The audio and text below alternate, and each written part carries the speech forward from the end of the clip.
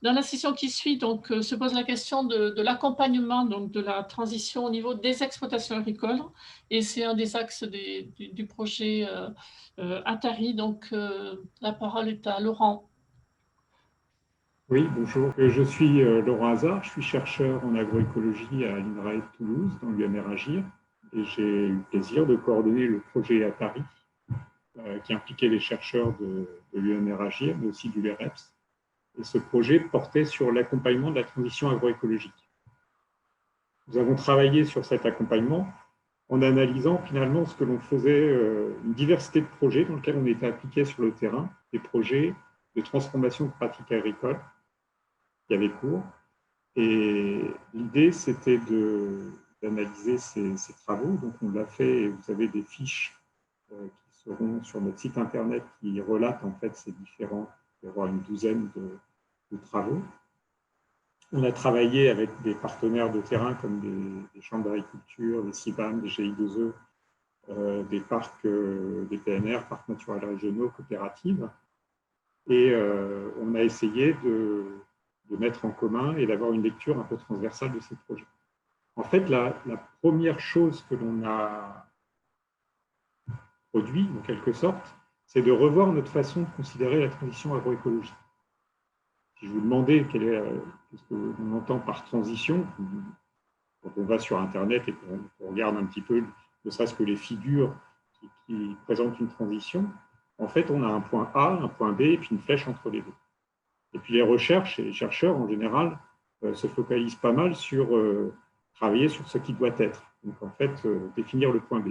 Et puis, comment y aller, ça, c'est un problème pour les agents de développement.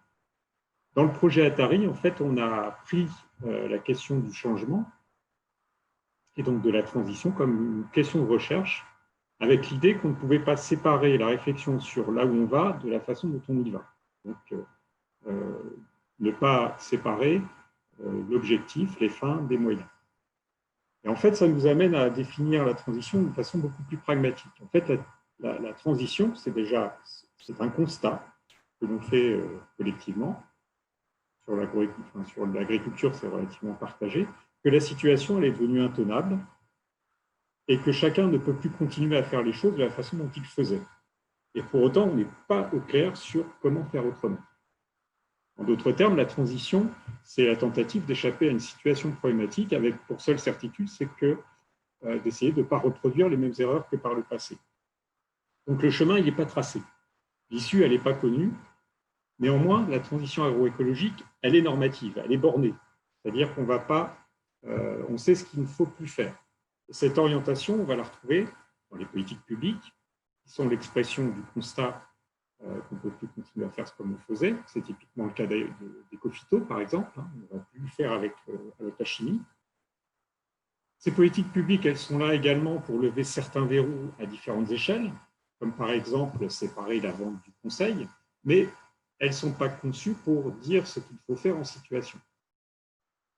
Et d'ailleurs, ça serait d'autant plus malvenu quand on parle d'agroécologie.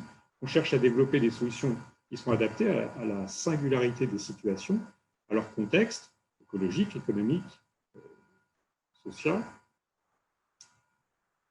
Et en fait, cette logique-là, c'est vraiment mettre un coup d'arrêt aux recettes qu'on va appliquer sans discernement, comme ça a pu être parfois le cas dans le cadre de l'intensification ou de la modernisation agricole. Donc, tout au plus, avec l'agroécologie, on a des grands principes que vous connaissez. Valoriser la biodiversité. Dans Atari, on a travaillé sur les mélanges d'espèces, en produisant notamment un logiciel, le logiciel CAFLOR, sur les croisements interraces, sur l'idée de boucler les cycles de l'azote et du carbone pour restaurer la fertilité des sols, plus largement repenser notre système agroalimentaire et notre mode, jusqu'à nos modes de consommation. Ça passe par exemple, ça aussi on l'a travaillé dans Atari, sur une dimension de notre consommation de protéines, notamment de protéines animales, et au profit de protéines végétales. Une fois qu'on a listé ces grands principes, les mettre en œuvre, ça ne va pas de soi. Et c'est pour cette raison que dans le cadre du projet, on a souhaité analyser ce qui jouait vraiment dans l'intimité des pratiques des acteurs qui s'engageaient dans cette transition agroécologique. En travaillant et en analysant ce qui se passait sur différents terrains, en fait, on a deux problématiques qui se sont dégagées et qui ont finalement guidé notre étude. C'est celle de l'engagement, parce qu'en fait, pour beaucoup d'acteurs, s'engager dans une transition agroécologique, ce n'est pas quelque chose qui est encore d'actualité. Et puis celle du renouvellement des méthodes d'accompagnement, parce qu'on sait aussi qu'on n'accompagnera pas le changement avec les mêmes méthodes qui ont conduit à la situation qu'on vient de transformer. Concernant l'engagement dans la transition, on a des personnes, des élus notamment, qui nous ont dit « il suffit de montrer aux agriculteurs qu'ils vont s'y retrouver économiquement pour qu'ils s'engagent dans le changement ». Or, nos travaux montrent que, ok, c'est certainement une condition nécessaire, mais ce n'est pas suffisant. On a fait un travail où on a suivi des éleveurs bovins laits qui passaient en agriculture bio, poussés un peu par leur coopérative. Et effectivement, on a démontré qu'ils gagnaient mieux leur vie dès leur phase de conversion, pour peu qu'ils s'engagent aussi dans une transition technique vers des systèmes plus herbagés. Mais on a également montré que cette phase de transition a été une source de grande inquiétude pour eux. Et donc, on imagine très facilement que le premier verrou à l'engagement dans le changement, c'est cette aversion pour le changement et cette inquiétude que ça suscite. Effectivement, lorsqu'on a fait une enquête auprès des agriculteurs et des animateurs du GI2E dans la région, on leur demandait quel était le principal intérêt d'être au sein d'un GI2E. Ces agriculteurs, ils nous ont répondu assez unanimement qu'en fait, c'était trouver du soutien, et avant tout du soutien psychologique pour changer leurs pratiques. Donc, s'en sortir économiquement, pouvoir se rassurer, donc encore faut-il que le changement ait du sens aux yeux de ceux qui l'entreprennent. Lorsque mes collègues ont analysé la transition, là, pour le coup d'éleveurs bovins-viande qui allaient vers des systèmes à l'herbe, tout à l'herbe, en fait, elles ont montré que c'est l'idée, le concept d'autonomie alimentaire. Il y a beaucoup de choses qui se sont faites au cours des 10 dernières années dans les changements en agriculture au nom de l'autonomie. C'est l'autonomie alimentaire qui a fait bouger les éleveurs. Ce qui est amusant, c'est qu'en fait, ces éleveurs, on a constaté qu'ils n'avaient pas de comptabilité analytique. Donc, en fait, ils n'étaient pas en mesure de constater que le fait de changer et de passer à l'herbe leur permettait, par exemple, de réduire leur coût de production et de mieux gagner leur vie. Ce travail nous a enseigné, d'une part, que le changement pouvait s'extraire de tout pilotage économique et d'autre part, qu'il y avait encore du travail à faire pour développer l'approche économique des fermes dans l'Hexagone. Un autre exemple qui montre qu'accompagner la transition agroécologique ne se limite pas seulement à produire des preuves technico-économiques de ce qui marche. On a travaillé avec l'association vétérinaire éleveurs du Mignavois, l'AVEM, sur la transition d'élevage au vin lait sur le rayon de Roquefort. On y est allé franco avec cette idée que si on arrivait à produire des preuves objectives de l'intérêt de passer à de l'agroécologie, on allait convaincre les éleveurs de changer leur façon de faire et de réorienter leurs projets. Donc l'idée, c'était de montrer que la quête d'autonomie des fermes consiste à réduire les achats, que ce soit d'engrais, de pesticides, de gasoil, d'aliments, etc., allait leur permettre d'améliorer la situation économique de la ferme et son impact environnemental. Donc on a cherché des corrélations entre ces niveaux d'autonomie, les résultats économiques et puis les impacts environnementaux. Et en faisant ça, on se disait, on avait une description assez fine des pratiques, on va aussi identifier les pratiques qui sont des pratiques vertueuses et qu'on pourra les déployer dans les fermes pour favoriser la transition agroécologique. En fait, là, on s'est aperçu qu'on faisait une double erreur. La première erreur, c'était de penser qu'il était possible, sur le terrain, d'identifier des relations causales dans un système aussi complexe qu'un système agricole. Et la deuxième chose, c'était quand bien même on aurait trouvé ça, qui aurait parié, en fait, aurait joué son salaire, quel conseiller aurait pu dire que, OK, si vous faites ça, alors il va se produire ça, et que ça. C'est-à-dire qu'en fait, on pourrait baser un conseil sur une relation de cause à effet et pouvoir garantir le résultat d'une action. Cette idée-là, qui est très en vogue, et qu'on retrouve aussi avec tout ce qui est autour du big data, ça marche, cette logique basée sur les relations causales dans des systèmes qui sont des systèmes clos. Ça marche plutôt pas mal en médecine. En médecine, en fait, on enferme les gens dans des hôpitaux, dans des blocs opératoires stériles, etc. Ça marche dans un certain type d'agriculture. Imaginez une serre fermée de la culture hydroponique qui, effectivement, avec rien qui change autour, une action peut avoir un effet que l'on attend. Et c'est clair que ça ne marche pas, et ça, on en a fait expérience, avec un élevage qui est ouvert sur le monde, avec toutes les évolutions de son environnement, économique, écologique, changement climatique, etc. Et qui plus est, avec un système de production que l'on veut agroécologique, plus naturel, et qui se passe de la chimie du pétrole, alors que tout le projet de l'agriculture intensive avec chimie, pétrole, etc., c'était justement d'avoir un système qui soit un système maîtrisé et dans lequel la connaissance allait pouvoir performer. Donc les références, les connaissances, elles sont plus vraiment là pour dire ce qu'il faut faire, mais ce sont des informations importantes à prendre en compte, parmi d'autres, pour pouvoir décider de façon éclairée des actions à mettre en place en intégrant le caractère singulier de la situation à transformer. Si vous êtes intéressé par cette réflexion sur que deviennent les références avec l'agroécologie et la transition agroécologique, eh bien, vous pouvez participer à un atelier que met en place mes collègues Marie-Angelina Magne et Nathalie Quix. Et je crois que cet atelier, vous pourrez vous y inscrire, aura lieu le 10 février. Si je reviens à mon histoire avec la VEM, on n'a pas déposé les armes. OK, on n'a pas trouvé ces corrélations, on n'a pas trouvé les bonnes pratiques, etc. En fait, on a rebondi. Et on a proposé un accompagnement au niveau des fermes qui consistait à ce que d'autres éleveurs, avec les vétos de la VEM et des chercheurs, viennent aider un agriculteur qui souhaitait transformer son système. Et cet accompagnement reposait sur ce qu'on a appelé un jugement professionnel. Jugement professionnel, il y a une part d'expertise technique, mais pas que. Il ne s'agit pas seulement d'identifier ce qui marche, mais il s'agit également de prendre en compte ce qui est acceptable dans la situation à transformer. Il y a donc, on mobilise donc l'expertise technique des gens qui sont là pour aider l'éleveur, mais également, disons-le, on mobilise un jugement de valeur. Qu'est-ce qui est acceptable, qu'est-ce qui est jugé bon comme transition. En fait, dans le cadre du travail qu'on a fait avec la VEM, ce jugement de valeur faisait dire aux accompagnements sur une ferme une solution semblait appropriée, elle a pu s'appuyer sur un travail qu'on avait fait en amont avec l'association. On avait conduit des débats autour d'un outil de diagnostic qu'on utilisait d'ailleurs dans cette situation-là, et cet outil de diagnostic, la façon dont vous mesurez les choses, avait fait l'objet de débats et des dimensions qu'on devait mettre en avant, etc.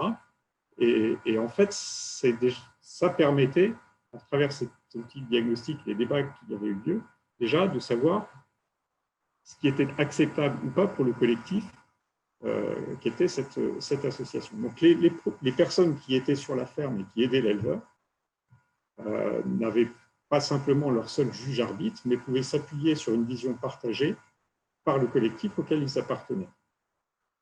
Ça, c'est un enjeu important. La transition agroécologique, elle amène à revisiter ce qui est acceptable et ce qui ne l'est plus, ce qui va être considéré ou non comme un bon professionnel, un bon agriculteur, un bon conseiller. C'est ce qu'on appelle les normes professionnelles. Et donc, l'enjeu de la transition de l'accompagnement de la transition agroécologique, c'est de faciliter la redéfinition de ces normes professionnelles. Et ça nécessite d'articuler 3 dimensions. La première, j'en parlais, c'est celle à travers les politiques publiques de la demande sociétale, mais ça peut être aussi à travers la demande des consommateurs. Donc elle est là et elle oriente quand même beaucoup le projet des agriculteurs. Il y a celle du collectif local qui va redéfinir ce qui est nécessaire et acceptable dans le contexte, qui est le contexte du territoire. Et puis, bien sûr, le projet individuel de l'agriculteur qui doit être respecté et qui, parce qu'au final, de toute façon, c'est lui qui est le seul pilote sur son exploitation. Donc, pour articuler ces 3 dimensions, dans le travail qu'on a fait, on a vu qu'on a pu le faire autour de la construction d'un outil de diagnostic, par exemple, et dans la discussion, dans la co-construction de cet outil de diagnostic et dans la discussion qu'on avait autour des indicateurs qu'on devait mettre dans ce diagnostic. Mais elle peut prendre aussi la forme d'un travail de prospective territoriale, c'est ce que l'on a fait avec la Chambre d'agriculture de l'Aveyron et l'ensemble des acteurs du monde agricole du Sud d'Aveyron. Ce travail, qui a duré un peu plus d'un... On a fait 4 ou 5 ateliers sur un an, nous a permis de faire émerger une vision collective de l'évolution souhaitée du territoire et de son agriculture. En fait, ça, c'est vraiment une norme partagée de ce qui était acceptable et qui, doit permettre de créer une meilleure cohérence dans les conseils prodigués aux éleveurs. Parce que, notamment sur ce territoire-là, il y a la nécessité d'harmoniser entre les différentes sources de conseils ce conseil justement que doit mobiliser l'éleveur. Parce que autant je connais des coins des Pyrénées où les éleveurs, en fait, ils ne voient jamais personne, autant manifestement dans le sud d'Aveyron, ils voient beaucoup de monde, ils voient le conseiller de la chambre, s'ils appartiennent à un GI2E, il y en a possiblement un animateur, le contrôleur laitier, le veto, la coopérative, j'en oublie. Et donc, en fait, le conseil cohérent et stratégique passe par une vision partagée de l'ensemble de ces personnes-là, qui n'est pas que technique, mais qui mobilise aussi le registre des valeurs. Pour travailler sur les valeurs à l'échelle du collectif, c'est un truc qui fait peur. L'animateur, pourtant, il va pouvoir s'appuyer sur les pratiques. C'est en organisant le partage d'expériences sur les nouvelles pratiques qui se mettent en place, sur ce qu'elles produisent, qu'il va questionner en quelque sorte le sens qu'on leur donne. Le collectif, il est là pour valider ou pour disqualifier telle ou telle pratique. Et ce faisant, c'est une nouvelle norme de ce qui est acceptable qui est créée. Et ça, c'est clairement un exercice de démocratie aussi, au sein du collectif, voire plus largement. L'animateur, il doit être attentif à favoriser la participation et la dynamique de son collectif. Ce n'est pas évident, effectivement. Il faut jouer avec les rapports de force, il faut les jeux d'acteurs, mais on a aussi un intérêt à avoir une lecture psychologique de ce qui se joue. On voit alors que l'animateur, il doit articuler, ça on l'a étudié de ce point de vue-là, différents processus, comme des processus de personnalisation et des processus de socialisation. La personnalisation, c'est qu'on a des agriculteurs qui ont envie et qui expérimentent.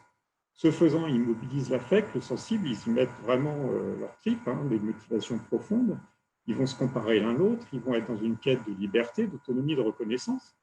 Et en même temps, ils sont dans un groupe dans lequel on doit aussi favoriser un processus de socialisation, par exemple, de socialisation, qui va façonner le collectif, la communauté de pairs, autour de la quête de sens pour ces nouvelles pratiques, autour, je l'ai dit aussi, du soutien pour se rassurer. Et puis ce collectif-là, il permet aussi de constituer une caisse de résonance pour communiquer largement sur ces pratiques existées aux yeux des détracteurs. J'ai souvenir d'avoir fait un bout de route avec un vigneron qui me disait le soulagement qu'il avait eu de rejoindre un collectif qui avait des pratiques relativement innovantes, parce que dans son voisinage, il passait pour le fou du canton, celui qui avait des pratiques complètement... voilà. Et donc, en fait, ce changement, il faut aussi qu'il soit accompagné collectivement, et aussi, il faut qu'il y ait une communication qui soit faite pour faire reconnaître qu'effectivement, un certain nombre de personnes qui tentent des choses ne sont pas pour autant des huluberlus. Pour conclure, je dirais qu'accompagner la transition agroécologique, c'est effectivement développer des nouvelles pratiques, mais que ça ne se joue pas que dans le champ technique. Il y a une autre chose, c'est vraiment une chose qu'on a vue. Les animateurs, les conseillers restent encore ancrés dans cette idée que leur crédibilité se joue sur la maîtrise du fait technique. Quand je parle du fait technique, ce n'est pas la technique de l'animation, c'est les techniques agricoles. Or, l'idée ici, c'est pas seulement de trouver ce qui marche techniquement, mais c'est aussi de définir parmi ce qui marche, ce qui est acceptable. Alors, en termes d'animation, ce n'est pas forcément des choses très compliquées. Il s'agit donc de pas simplement questionner le comment on fait les choses, mais aussi le pourquoi. Voir le pourquoi du pourquoi, pour mettre à jour et discuter ce que les anglo-saxons appellent le Web of Reasons, la toile des bonnes raisons, le réseau des bonnes raisons que l'on a de faire ce que l'on fait. Et quand on commence à dévoiler ça et à retravailler là-dessus, eh bien, on va faire changer en profondeur les choses et on a des apprentissages, de l'apprentissage social qui est de qualité. Voilà, mais je mesure tout à fait, enfin, on a mesuré dans le cadre du projet la difficulté que ça représente. Et là, je vais terminer mon intervention par une anecdote qui m'a marqué. C'est au cours d'un atelier avec des éleveurs, j'ai été amené à poser la question du pourquoi à un jeune qui était là, dans un atelier où on parlait d'agroécologie, et qui qui, lui, parlait d'un système laitier très intensif avec du maïs, de l'irrigation, etc. Je trouvais ça un peu en décalage. En fait, quand je lui ai dit, mais pourquoi tu fais ça? Voilà ce qu'il m'a répondu. Il m'a dit, avec mes frères, parce qu'il est en GAEC avec ses frères, avec mes frères, on réalise le rêve de mon père. Voilà, en agriculture, il faut faire aussi avec ce genre de pourquoi. C'est pour ça que ce n'est pas facile. Une chose est sûre, c'est qu'on ne peut pas aller contre ça. Alors, il faut partir de là. Il faut partir du projet des agriculteurs. Voilà, je vous remercie. Et puis maintenant, on est plusieurs autour de la table virtuelle pour pouvoir répondre à vos questions. Merci Laurent. Donc, dans le chat des questions, une première question. Est-ce que tu pourrais préciser comment, au cours des 5 années du projet, ont pu évoluer finalement dans ces groupes d'agriculteurs, d'éleveurs, cette question de l'accompagnement et en particulier, est-ce que finalement il y a eu des conduites et des changements de pratiques notables vers la transition agroécologique ou bien est-ce que finalement on était plutôt dans des situations d'attente, de référence et de démonstration chez d'autres agriculteurs?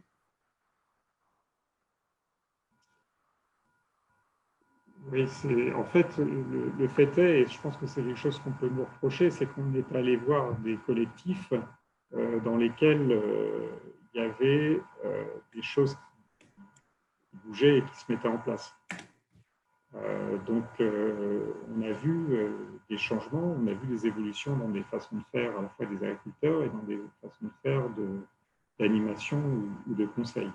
On est intervenu aussi auprès de certaines institutions qui se posaient des questions sur comment renouveler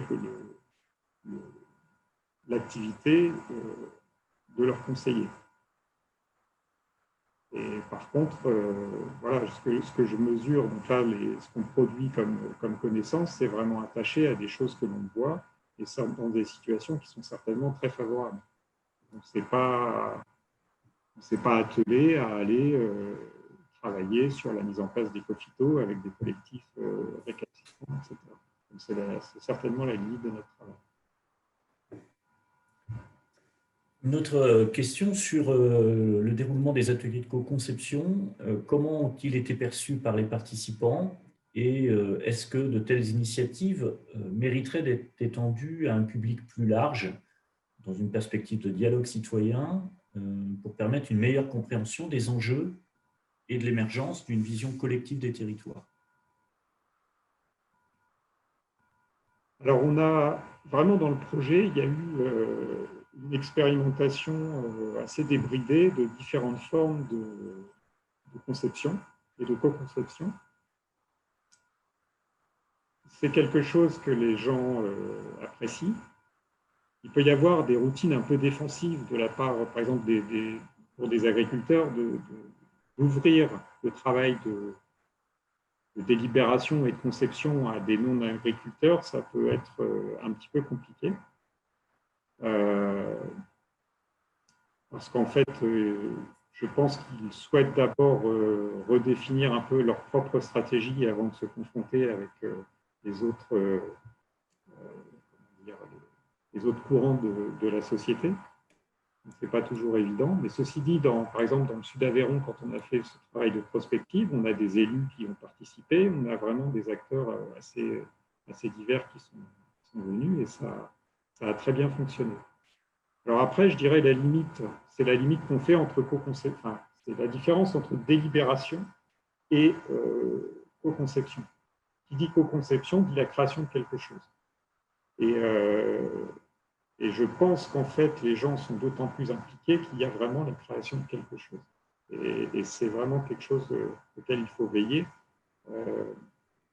C'est que ce travail qu'on fait souvent dans salles, etc., se traduise par de l'action concrète sur le terrain. Parce que sinon, on perd toute crédibilité. Ok, alors j'ai oublié de me présenter. Je suis Vincent Thénard et j'ai participé en tant qu'ingénieur dans ce projet Atari aux côtés de Laurent et notamment sur le Sud-Aveyron. Du coup, là, il y a une question qui est un peu ouverte. Est-ce que, au-delà de ce qui a été fait sur Atari, parce que je pense que la réponse, elle est pas évidente par rapport à Atari. Comment établir finalement un lien entre l'engagement des consommateurs et des projets d'agriculteurs qui s'engagent vers la transition agroécologique? Est-ce qu'il y a des éléments dans Atari où on peut voir ça, ou est-ce que tu aurais une réflexion par rapport à ça? Sur les dernières années d'Atari, on s'est effectivement créé du lien entre des consommateurs désireux de consommer autrement et des agriculteurs qui étaient avec cette idée de transition. Donc il y a Michel Duru qui a pas mal organisé aussi d'ateliers et de choses comme ça. Et puis il y a un Living Lab qui est naissant dans les Pyrénées ariégeoises avec le parc naturel régional des Pyrénées ariégeoises et puis le CIVAM bio de l'Ariège, dans lequel il s'agit de mettre en lien en fait des consommateurs qui souhaitent manger local et avec des agriculteurs qui souhaitent transformer leurs pratiques. Ce qui est intéressant, c'est que dans ces premières tentatives, ce qu'on s'est aperçu, c'est qu'en fait, les consommateurs nous ont dit ne pas avoir les codes, par exemple, pour pouvoir dialoguer ou aller sur les fermes. Il y a un lien à recréer. On sait qu'il y a un écart qui s'est créé entre les gens et les agriculteurs, entre les consommateurs et les agriculteurs. Et ce n'est pas forcément évident pour un consommateur d'aller sur une ferme, prendre son panier, des choses comme ça, parce qu'en fait, voilà, c'est vraiment quelque chose qu'on a vu. Il y a ce souci de ne pas savoir comment on peut y aller, comment rentrer en dialogue avec les agriculteurs. Donc, il y a vraiment un travail à faire autour de ça. Alors, il y a une dernière question, et ce sera probablement la dernière, mais si tu n'as pas d'éléments pour y répondre, je veux bien y répondre aussi. Est-ce que finalement, on a pu observer dans ces groupes d'agriculteurs des évolutions dans finalement leur démarche pour vendre de nouveaux produits, mettre en place des démarches de valorisation, des alternatives, voilà, de nouveaux marchés?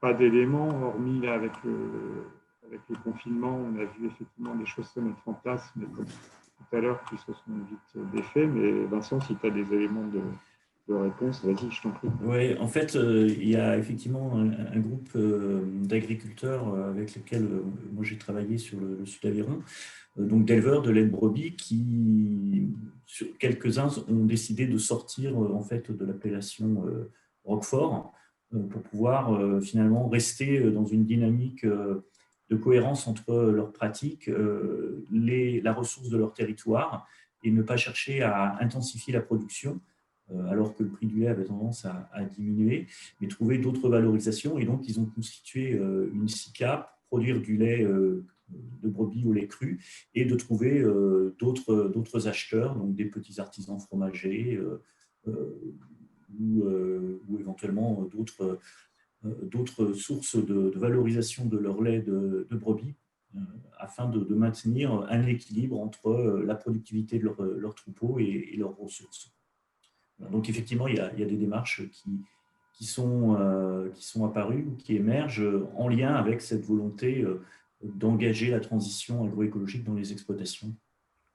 Merci à Laurent et à Vincent et à l'équipe Atari. On voit bien que ce qui compte, ce n'est pas simplement le modèle à atteindre, mais c'est le chemin pour y arriver. Et tout l'enjeu de Atari était aussi de travailler sur ce chemin.